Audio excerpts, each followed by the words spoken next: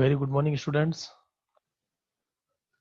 आज की सी प्रोग्रामिंग की क्लास में हम डिस्कस कर रहे हैं, कुछ प्रैक्टिस करते हैं कुछ प्रोग्राम्स की। तो सबसे पहले अपन प्रोग्राम डिस्कस करते हैं। यहाँ पे एक सी का प्रोग्राम यहाँ पे अपन टाइप कर रहे हैं फॉर एड टू वैल्यूज। दो वैल्यूज को ऐड करने के लिए एक सी का प्रोग्राम अपन यहाँ डिस्कस करेंगे। तो दो नंबर को ऐड करने के लिए जो प्रोग्राम लिखा जाएगा सी का, वो आपको पता है, दो वैल्यूज को ऐड करना मतलब C equal to A plus B. मैंने यहाँ पे दो नंबर्स ले लिए, ए और बी। ए में भी कोई वैल्यू ले ली और यहाँ पे ईयर बी में भी कोई वैल्यू ले ली। वैल्यू आप चाहो जिस टाइप की ले सकते हो ना, चाहे वो सिंपल इंटीजर वैल्यू हो, फ्लोट वैल्यू हो। तो जिस टाइप की वैल्यू के लिए आपको वैल्यू ऐड करनी है, उस टाइप की वैल्यू के लिए आप प्रोग्राम बना सकते हो। तो यहाँ पे मैं इंटीजर वैल्यू के लिए बात कर रहा हूँ कि दो इंटीजर वैल्यू को मेरे को ऐड करना है। तो यहाँ पे एक वैल्यू मैंने यहाँ पे ले ली ए और दूसरी वैल्यू ले ली बी। तो इन दोनों का जो एडिशन किया और इनके एडिशन से जो रिजल्ट आया उसको मैंने स्टोर कर लिया सी में।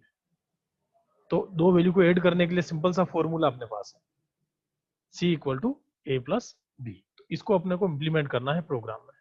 तो इसको अपन इम्प्लीमेंट करने के लिए यहाँ पे अपन सी का प्रोग्राम बना रहे हैं। तो सबसे पहले यहाँ पे मैंने हेडर फाइल्स इंक्लूड कर ली है, standard input output header file. उसके बाद में console input output header file, जो बेसिक जो हेडर फाइल जो प्रोग्राम में काम आएगी। उसके बाद में मेन फंक्शन मैंने यहाँ पे लिया है वॉइड मेन। ये आपकी लास्ट क्लास में मैंने बताया था हेडर फाइल्स क्या होती है, मेन फंक्शन का क्या यूज़ है। करली ओपनिंग ब्रेसेस, यहाँ पे ब्रैकेट मैंने यूज़ किया है। उसके बाद में यहाँ पर मैं एक फंक्शन और लगा लेता हूँ, CLR SCR clear screen function, जो आपके आउटपुट स्क्रीन को क्लियर करेगा। क्लियर स्क्रीन फंक्शन से पहले मैं यहाँ पे वेरिएबल डिक्लेयर कर देता हूँ। इंटीजर टाइप के तीन वेरिएबल में यहाँ ले लेता हूँ, a, b, c। तीन वेरिएबल्स यहाँ पर मैंने ले ली। तो ये जो लाइन है ये that is for variable declaration. Variable declaration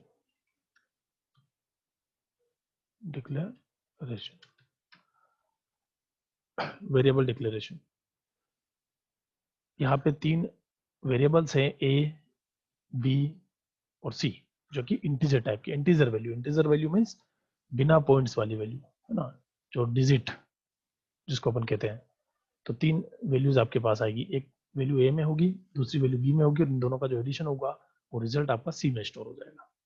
अब यहाँ पर मैं ए और बी जो है उसकी वैल्यू में लेना चाहता हूँ। तो वैल्यू लेने के लिए मैं यहाँ पर लिखता हूँ प्रिंटएफ। प्रिंटएफ के अंदर मैं फर्स्ट में लिख लेता हूँ enter value of A. First a variable की वैल्यू। तो ऐसा स्टेटमेंट आपका आउटपुट स्क्रीन पर लिखा हुआ आएगा। और वैल्यू लेने के लिए स्कैनएफ फंक्शन में यहाँ पे यूज कर रहा हूँ। स्कैनएफ फंक्शन के थ्रू जो है वैल्यू स्कैन की जाएगी। तो स्कैनएफ फंक्शन को लिखने का तरीका क्या रहेगा, स्कैनएफ में डबल कोड में %d फॉर इंटीजर वैल्यू। ये फॉर्मेटेड स्पेसिफायर है %d, जो इंटीजर वैल्यू के लिए यूज होगा। और कोमा लगा के m% के साथ एड्रेस ऑफ ए के एड्रेस पर जो है वैल्यू यहाँ पे स्कैन की जाएगी। तो यहाँ पे प्रिंटएफ फंक्शन में जो मैंने लिखा है ये आपके आउटपुट स्क्रीन पे एज इट इज प्रिंट होगा, इंटर वैल्यू ऑफ ए। उसके बाद में कर्सर आपका ब्लिंक होगा। कर्सर ब्लिंक किस वजह से होगा, इस स्कैनएफ फंक्शन की वजह से। स्कैनएफ फंक्शन यहाँ पर ए की वैल्यू आपसे मांगेगा, कीबोर्ड के थ्रू आपको ए की वैल्यू प्रिंट करानी होगी। ऐसे ही सेम बी की वैल्यू लेनी है। तो बी की वैल्यू लेने के लिए भी मैं यहाँ पे लिख देता हूँ प्रिंटएफ के अंदर डबल कोड में लिख देता हूँ enter value of B equal to. तो ये बी की वैल्यू आपसे पूछेगा। तो आपके आउटपुट स्क्रीन पर इस तरह से लिखा हुआ आएगा, बी की वैल्यू पूछेगा। और ये जो स्टेटमेंट है ये आपकी नेक्स्ट लाइन में प्रिंट हो, तो यहाँ पे न्यू लाइन कैरेक्टर में लगा लेता हूँ /n। /n आपका न्यू लाइन कैरेक्टर जो इस स्टेटमेंट को अगली लाइन में प्रिंट करने का काम करेगा। और बी की वैल्यू लेने के लिए भी मैं इसी तरह से सिमिलरली स्कैनएफ फंक्शन यूज करता हूँ। डबल कोट के अंदर फॉर्मेटेड स्पेसिफायर आपका हो जाएगा %d इंटीजर वैल्यू के लिए, और कोमा के बाद में m%b, b फॉर b की वैल्यू के लिए। तो b की वैल्यू भी जो है कीबोर्ड के थ्रू स्कैन हो जाएगी। उसके बाद में जो बेसिक फॉर्मूला है अपना c = a + b, वो मैंने यहाँ पे अप्लाई कर दिया, क्योंकि a की वैल्यू अपने पास है। a की वैल्यू मैंने यहाँ पे printf स्कैन फंक्शन के थ्रू स्कैन कर ली है, वैल्यू इनपुट ले ली है। b की वैल्यू भी मैंने इनपुट ले ली है, तो यहाँ पे a की जो भी वैल्यू होगी वो प्लस b की वैल्यू, ये दोनों ऐड हो जाएगी, और इसका जो रिजल्ट है वो c में स्टोर हो जाएगा। अब रिजल्ट अपना है जो c में है, यानी एडिशन जो हुआ है वो अपने पास c में है। तो c में जो रिजल्ट है उसको प्रिंट कराने के लिए अगेन printf फंक्शन में यहाँ पे लिख रहा हूँ। printf फंक्शन का काम है आउटपुट को प्रिंट कराने का। तो यहाँ पे मैं आउटपुट में इस तरह से लिख देता हूँ, addition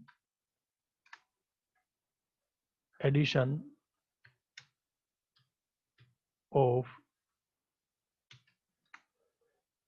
%d and %d equal to %d, और यहाँ पे मैंने लिख दिया कोमा लगाने के बाद में फर्स्ट a, फिर कोमा b और कोमा c। तो इस लाइन का मीनिंग क्या हुआ कि आउटपुट में आपको क्या दिखेगा, इस तरह से लिखा हुआ आएगा, addition of %d, this %d used for value of a, next %d is used for value of b, and next %d is used for value of result c। तो इस तरह से अगर आपने a की वैल्यू जो भी ली है वो यहाँ लिखी हुई आ जाएगी, b की वैल्यू जो भी ली है वो यहाँ लिखी हुई आ जाएगी, और रिजल्ट जो है c वो आपका यहाँ प्रिंट हो जाएगा। इसके बाद में मैं लिख देता हूँ गेट ch, आउटपुट स्क्रीन को होल्ड करने के लिए गेट ch फंक्शन यहाँ यूज कर लिया और क्लोज। तो ये एक छोटा सा प्रोग्राम है जो दो इंटीजर नंबर्स को ऐड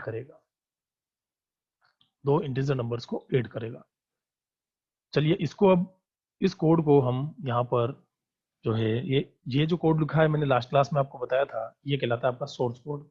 तो सोर्स कोड यहाँ पे मैंने टाइप कर लिया है दो इंटीजर वैल्यू को ऐड करने का। अब दूसरी बात होती है, सेकंड जो स्टेप होती है इसमें, इस सोर्स कोड को ऑब्जेक्ट कोड में कन्वर्ट करना। तो that process is known as compilation. तो इस प्रोग्राम को कंपाइल करने के लिए कंपाइल मेनू में कंपाइल ऑप्शन, इस पर क्लिक किया। जैसे ही मैंने क्लिक किया यहाँ पे 0 एरर 0 वार्निंग सो, यानी कि आपका जो प्रोग्राम में कहीं कोई एरर नहीं है, कोई सिंटेक्स में कोई लॉजिक में कहीं एरर नहीं दी गई।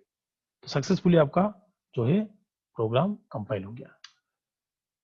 एंटर करने के बाद में लास्ट जो स्टेप इसकी है वो है एग्जीक्यूशन। तो इस प्रोग्राम को एग्जीक्यूट करने के लिए यहाँ पर रन मेनू में रन ऑप्शन दे रखा है, या इसकी शॉर्टकट की है Ctrl+F9। तो कंपाइल करने की शॉर्टकट की आपकी है Alt+F9, एंड प्रोग्राम को एग्जीक्यूट करने या रन करने की जो शॉर्टकट की है Ctrl+F9। तो जैसे इस पे क्लिक करेंगे तो यहाँ आपका आउटपुट स्क्रीन शो हो जाएगी,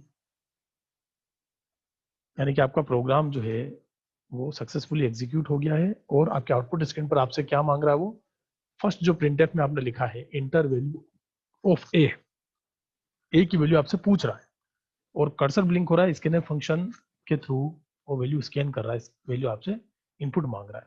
तो मान लो मैंने a की वैल्यू यहाँ पर इनपुट कर दी 10, इंटर किया। जैसे इंटर किया उसने नेक्स्ट जो वैल्यू है आपकी वैल्यू ऑफ b आपसे मांग रहा है। तो यहाँ पे मैंने b की वैल्यू जैसे इंटर कर दी 20, जैसे इंटर किया तो आपके पास रिजल्ट आ रहा है एडिशन ऑफ 10 फॉर a की वैल्यू एंड 20 फॉर b की वैल्यू इक्वल टू 30 आपका जो c में जो रिजल्ट है वो आपका होगा। तो इस तरह से जो है इस प्रोग्राम का आपका आउटपुट आपको दिखाई देगा। इस तरह से आप ये जो आउटपुट है ये किसी भी वैल्यू के लिए रन कर सकते हो। मान लो इसको अगेन मैंने जो है Alt+F9 किया, फिर Ctrl+F9 किया, अब आपसे वैल्यू पूछ रहा है। मैंने फॉर सपोज इसमें जो वैल्यू दे दी a की वैल्यू 50 दे दी, और b की वैल्यू मांग रहा है, b की वैल्यू मान लो मैंने इसमें जो है 20 दे दी। तो ये क्या करेगा, addition of 50 and 20 equal to 70।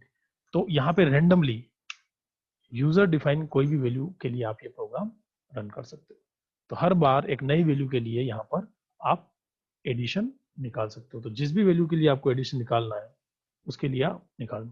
For example आपको 2000 है फर्स्ट वैल्यू, सेकंड वैल्यू आपकी 4000 है, तो एडिशन आपका दे देगा 6000। तो एक ये प्रोग्राम हो गया यूजर डिफाइन वैल्यू के लिए, जो कीबोर्ड के थ्रू कस्टमर से या यूजर से वैल्यू इनपुट लेगा और उस इनपुट वैल्यू के लिए फॉर्मूला अप्लाई करेगा और रिजल्ट आपको शो कर देगा। तो इस तरह से जो है आप दो इंटीजर वैल्यू के लिए ये प्रोग्राम रन कर सकते हैं।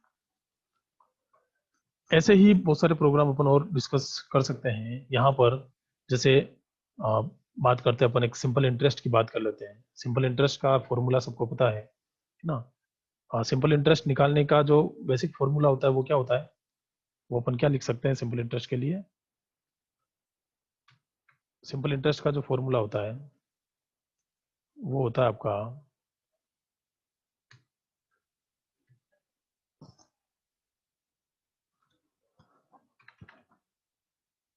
यहाँ पे, इसको मैं इस प्रोग्राम को यहाँ पर सेव कर लेता हूँ। सबसे पहले F2 प्रेस करके यहाँ पे इस प्रोग्राम को आप जिस भी नाम से सेव करना चाहते हैं बिन फोल्डर में अपन सेव कर लेते हैं। Addition of two numbers, addition of numbers, addition of numbers.